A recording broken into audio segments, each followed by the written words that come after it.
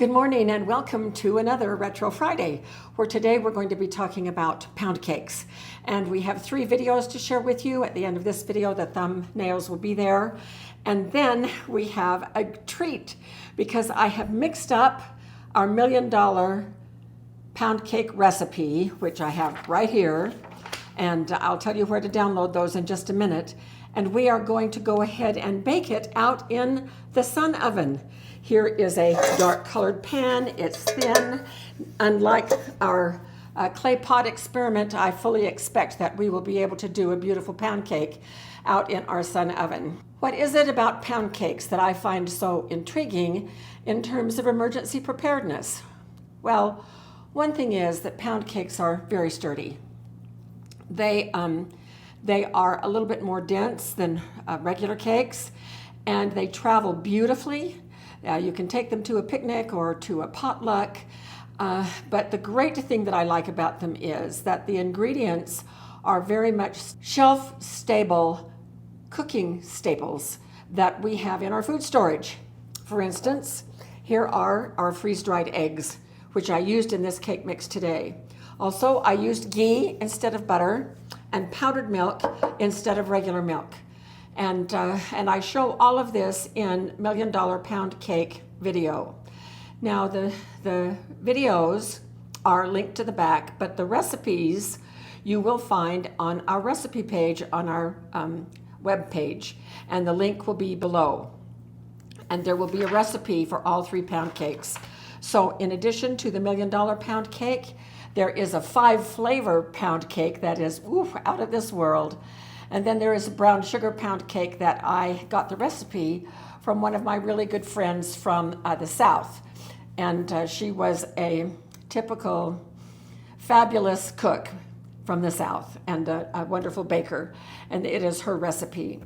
And so you have those 3 recipes. So the recipe that I used today was the $1 Million Pound Cake recipe, and I have it all done.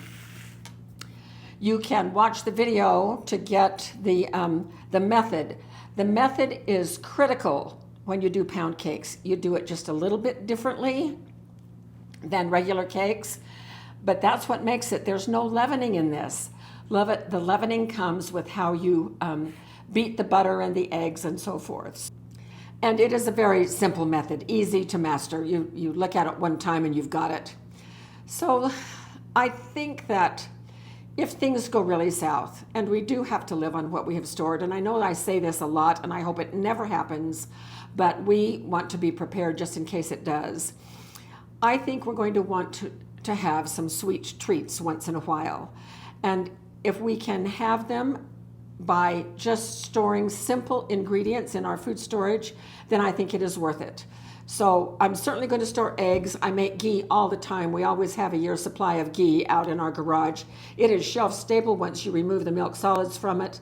And it's butter that you remove the milk solids from. And we have, I think now, 3 videos on how to do that. And then with powdered milk, you turn up a beautiful cake like this. So let's get it into the pan. Oh, I'm going to just stir this for a second to be sure it's all evenly mixed, and it appears to be. So let's get it into our tube pan. This is a 10-cup tube pan. So now we're just going to even it out around the ring.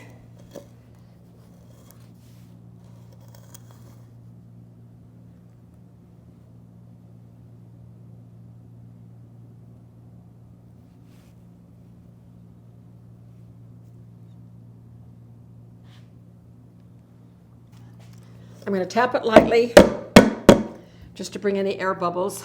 Oh, and by the way, these are 4 years old, exactly. They were freeze-dried in June of 22, and they still work perfectly fine. Now, the trick about pound cakes is the temperature at which you bake them, as well as the method for mixing the batter. They do best, at least I have found them, for me, they do best at about 300 degrees. Now, keeping 300 degrees on a sun oven is a little bit tricky. It's a very sunny summer day out there, direct sunlight. So I have not put it in the direct sunlight. I've put it off because I really don't want it to get up to 350. I want to keep it between 300 and 325. Otherwise, the outer crust gets too thick and it prevents the heat from coming in and cooking the middle. So keeping the temperature at about 300 is what we're striving for. And this takes a long time to bake. It takes about an hour and 40 minutes, maybe even longer. We will be testing it with a long skewer after a while. So let's head out there and get this in. So we are out here and I got it in the oven. It's a little tricky. Jim is taking a rest today. So in any case, it was 350 when I got out here. So I way offset it when I opened up the oven. Offset it meaning that the sun's rays are not coming directly on these side panels so that it can cool down just a little bit. And it is. It looks like it's getting down to about 325. So as long as it's 325 to 300 to 325, we're going to be okay. So there it is. And I'm going to monitor this really closely so that we can be sure that it stays at the optimum temperature for the next hour and 40 minutes. So I'll be out here a lot, and once in a while I'll bring you back so that you can see what's happening. So see you soon. It has been 2 hours and 20 minutes, and I have checked twice with my skewer, and I think it's going to be done this time. So Jim is holding the camera on the tripod, so thank you, Jim. Yeah. We can get a better look at it this way. So can you see it? Yeah, I can see it. Nice golden brown. So Yeah. I'm just going to check it right here through one of these cracks. Smells good. Now there are a few little crumbs on here, but they're not gooey, they're dry. So I think we're good. Thank goodness. So here we go. This is what it looks like. And now let's get it into the kitchen. So it's slightly slanted because the sling didn't always adjust to when I was changing the angle of the sun oven. It did just fine out there. It just took a lot longer. Instead of an hour and 40 minutes, it was 2 hours and 20 minutes. So that was an extra 40 minutes. But that's fine.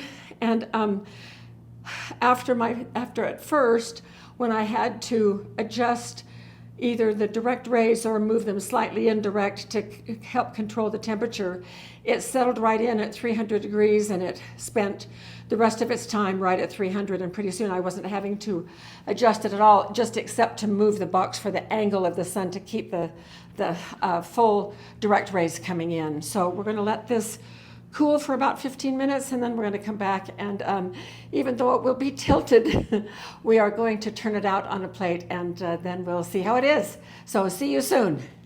Fighting for counter space with the sun here, so we'll do what we can. Okay, so this has been cooling for about 15 minutes. So let's flip this over, see if it comes out. Oh, we hope so. Ha! Yay! And it's not too bad of a color either. Okay, it's just, a little bit lopsided on one side, but yeah, that's gravity for you. I've always threatened that I'm going to get a t-shirt that says gravity, it's the law. And yes, it is right here. So we're going to let this cool for a little bit, and then we will come and try it out, see how it is.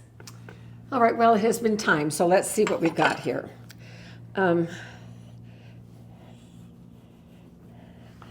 crust is softer than when I cook it in this oven, except for the top crust. The top crust was very crusty.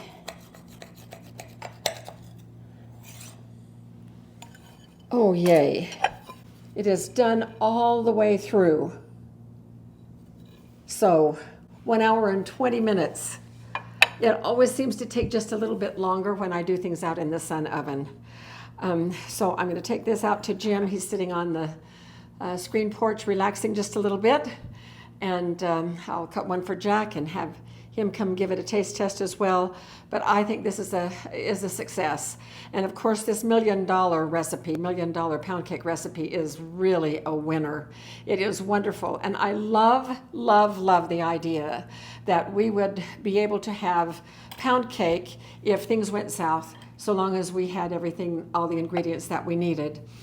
If the grid goes down, of course, a pound cake really takes whipping that butter, that pound of butter, hence pound cake.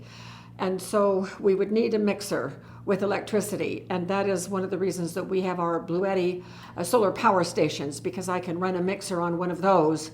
And then we have our solar oven that can bake it. And so we're all set, and I hope that you are too.